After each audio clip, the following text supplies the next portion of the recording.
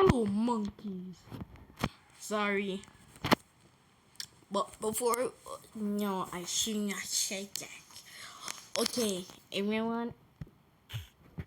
I'm slacking on the vids. Thank you for the next like. I have 3 likes now. Thank you.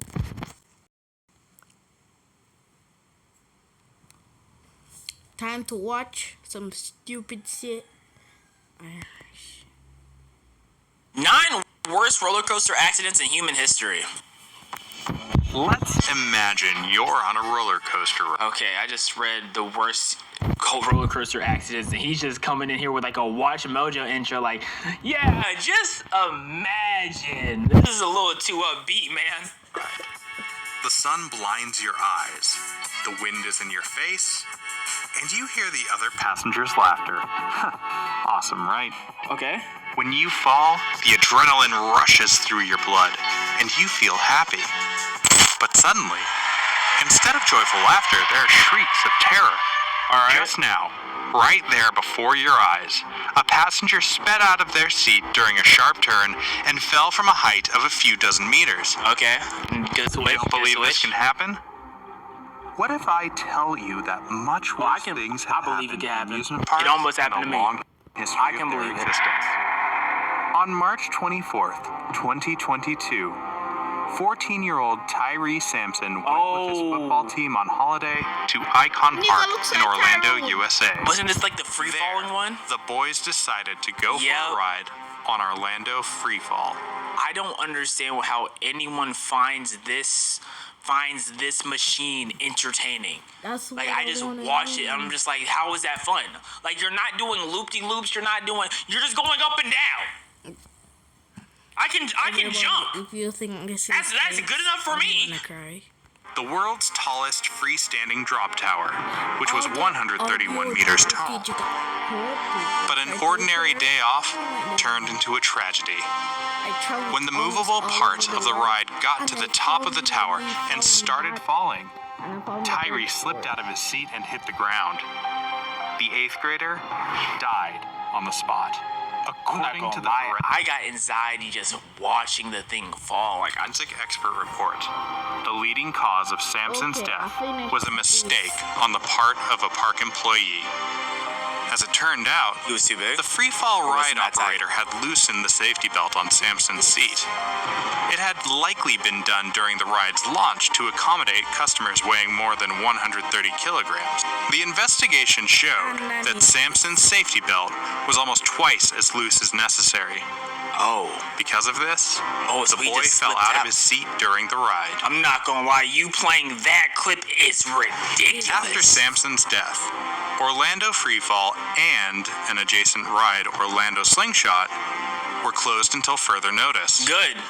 The company Orlando Slingshot, which had designed the ride, made a statement that proclaimed the company's decision to withdraw this model from production after the boy's death, and Icon Park supported this call.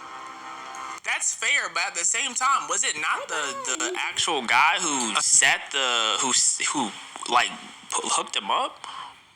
Or they took it away because there should have been more than one safety precaution. Maybe that's the case.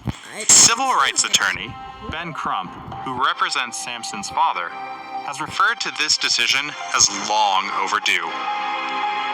Theme parks, their parent companies, and regulatory agencies must do better to prevent this kind of tragedy from happening to any other family, he said in a statement.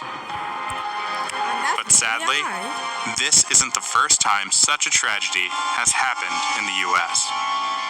On July 9th, 2011, James Hackemer, an Iraq War veteran, died in a tragic roller coaster accident at the Darien Lake amusement park in the north of New York. 3 years before that, in March of 2008, Hackemer was serving in Iraq when his vehicle hit a makeshift explosive device. Jesus. As a result, the man sustained some injuries, including the amputation of both legs. When Hackemer expressed the wish to go on a roller coaster ride at Darien Lake, park employees were unable to secure a safety belt on him.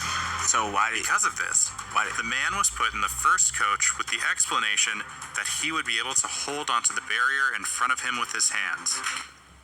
Wait. What? Wait. So they said they couldn't lock him in the seat. So, no, that don't even make sense. Okay. And because he had no safety belt, Okay. during one of the turns, the man was hurled out of the seat on the Ride of Steel coaster, which was moving at 80 kilometers per hour. Hackemer was at the park with his children and sister, but luckily, his children weren't around at the time of the tragedy. Instead, Imagine having a blast at this amusement park. You're 5 years old. You come back and try to get your dad, and they tell you he's dead. Oh, they could. I won't be able to look at an amusement park again.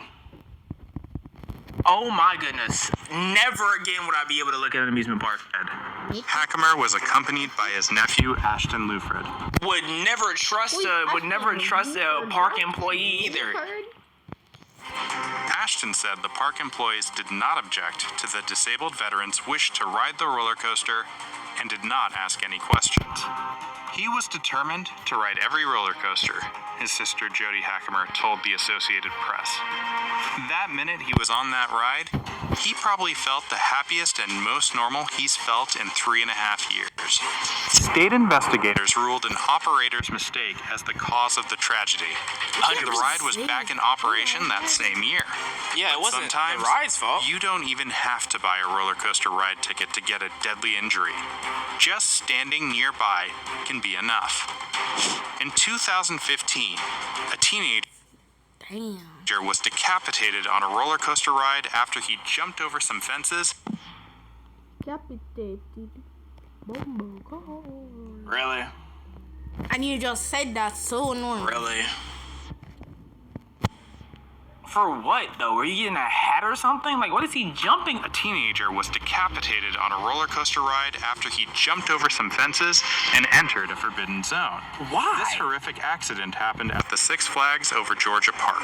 17-year-old Asia LaShawn Ferguson from Springfield got over two 2-meter-tall fences, ignoring the signs that So he ignored the first one, saw another one said to keep out. He's like, you know what, let me do it. Why? warned of the area ahead being a dangerous forbidden zone. Most likely, the boy was trying to get his hat, which fell off his head while he was on a ride. But some witnesses I heard say this he one wanted to before. prank the passengers of the ride by grabbing someone's foot when the coach would be passing over his head. What? What? The boy received a deadly blow almost immediately after getting under the roller coaster. The foot of one of the passengers who sat in a coach moving at 80 kilometers per hour hit the boy on the head. This blow immediately decapitated him. The police claim the boy's death to be an accident. Six Flags decided to show respect to the Ferguson family by closing the roller coaster on the day of the tragedy. But the next day, the coaster continued to give rides to happy visitors of the park. Of course. That wasn't the first accident at the Six Flags What the heck? So even if he would have tried to touch the hand, his arm would have got decapitated. What? That's like, when he put his hand in front of a car? That's going 50 miles per hour? I don't understand. Work. 2 years before, in 2013, Rosie Esparza was torn apart while riding the Texas Giant roller coaster at Six Flags over Texas Amusement Park. Even not Texas before the again. beginning of the ride, Six the woman Flags. expressed concern over her safety belts after she got on the coaster. An operator assured her they were properly secured, and the roller coaster started its fatal journey. When the coach made a sharp turn, Esparza's safety belts loosened, and the woman was flung 23 meters into the air right before the eyes of her terrified daughter. Her partially torn body was found wrapped around a hinge on the roof of the Honky Tonk Tunnel. Immediately after the incident, the police launched an investigation. But 2 months later, the ride resumed operation after restrainers and new safety belts were installed. Esparza's family What I'm thinking, that just sounds like an unfortunate accident, because I feel like a lot of people feel like that. They feel like their stuff isn't actually locked in good enough.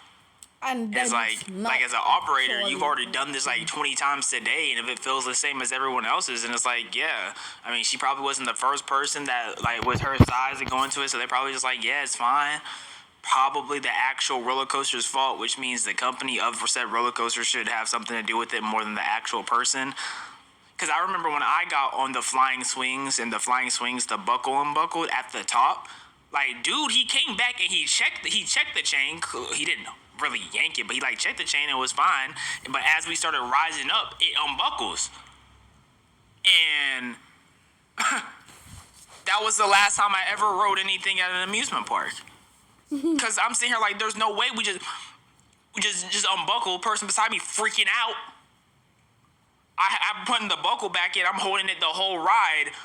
I already got peer pressure to go on the ride. I didn't want to be on it. I promise you, I didn't want to be on it. I was peer pressure. They were like, "Hey, that was the first and last time I ever got peer pressured. I never again." Cause I was like, you know what? It's not that bad. It's just a flying swings. It's not like I haven't rode them before. Never again. Never again. Oh my goodness, I'm getting anxiety.